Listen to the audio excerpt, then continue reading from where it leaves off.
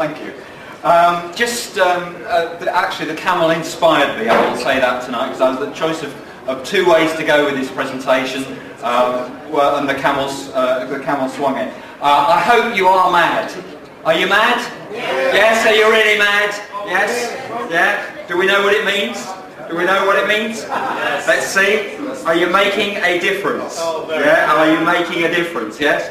I hope we do with ICT. I mean, one of the projects I've been working on, because I'm an independent person, I can do all sorts of very exciting things which you don't get to do in LAs, I think, because you have to deal with all the other bits and pieces, is dealing with some disaffected students that nobody else will deal with.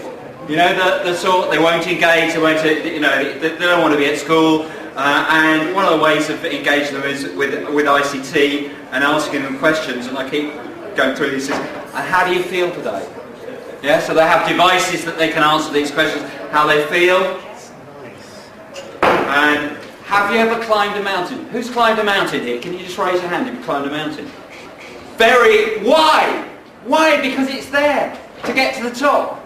Yes, why? So you have aspirations. So that's one of the important questions that I ask them initially. Why, or have you ever climbed a mountain? And sometimes they actually say, well, I've climbed a hill, will that do? Yeah? Which that's nice. And you start to think, these children, they're teenagers, but these children actually need nurturing, and ICT is one of the ways of doing that. And that's hopefully what I try and do. But one of the things they have problems with is computers. Now, we've got lots of devices in this room, so you can say any of these devices, but it's the philosophy of computers. So I like to introduce them to my idea of where computers are, what they're like.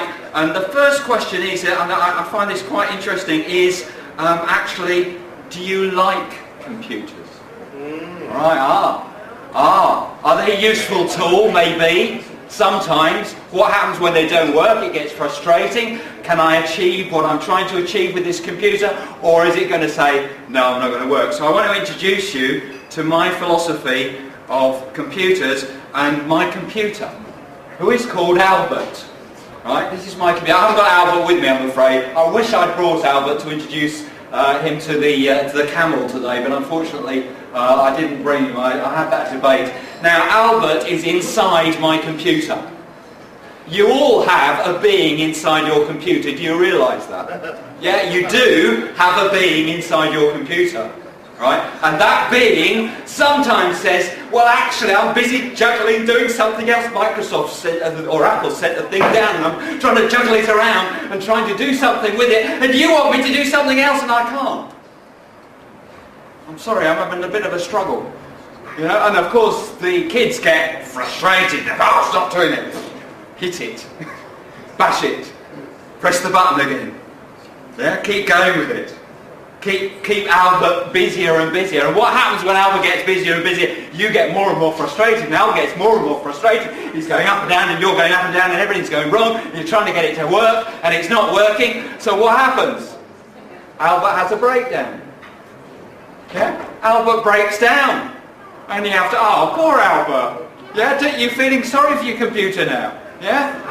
Now, do you see how we've now changed it? Your computer's not your enemy. Yeah? Albert is not your enemy, he's your friend. Right? And if you mistreat Albert, or if you say to Albert, can you do this while you're doing something else, and I'm not sure that you're doing anything else, but you obviously are you patient with Albert? Is anybody patient with Albert? No. Oh, how did that get in there? Oh, right, okay. Alright, back to Albert again. Yeah, isn't he sweet? Do you know, he's my friend, right? And when things get frustrated, I don't get frustrated with computers anymore because of Albert, because he's taught me a lesson, right? He has taught me a lesson, because if things start to go wrong, what do I do with the computer? I leave it, right? And what happens if I'm in the middle of a lesson, if I'm a teacher, what do I do? Yeah, because I keep trying to get it to work. Press the button, press the button, press the button, press the button. Nothing's happening, press the button again. Nothing's happening, press the button again.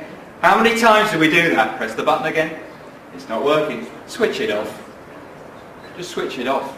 because it needs a rest. And Albert, and I did this experiment with a colleague. I don't know if you've ever done this.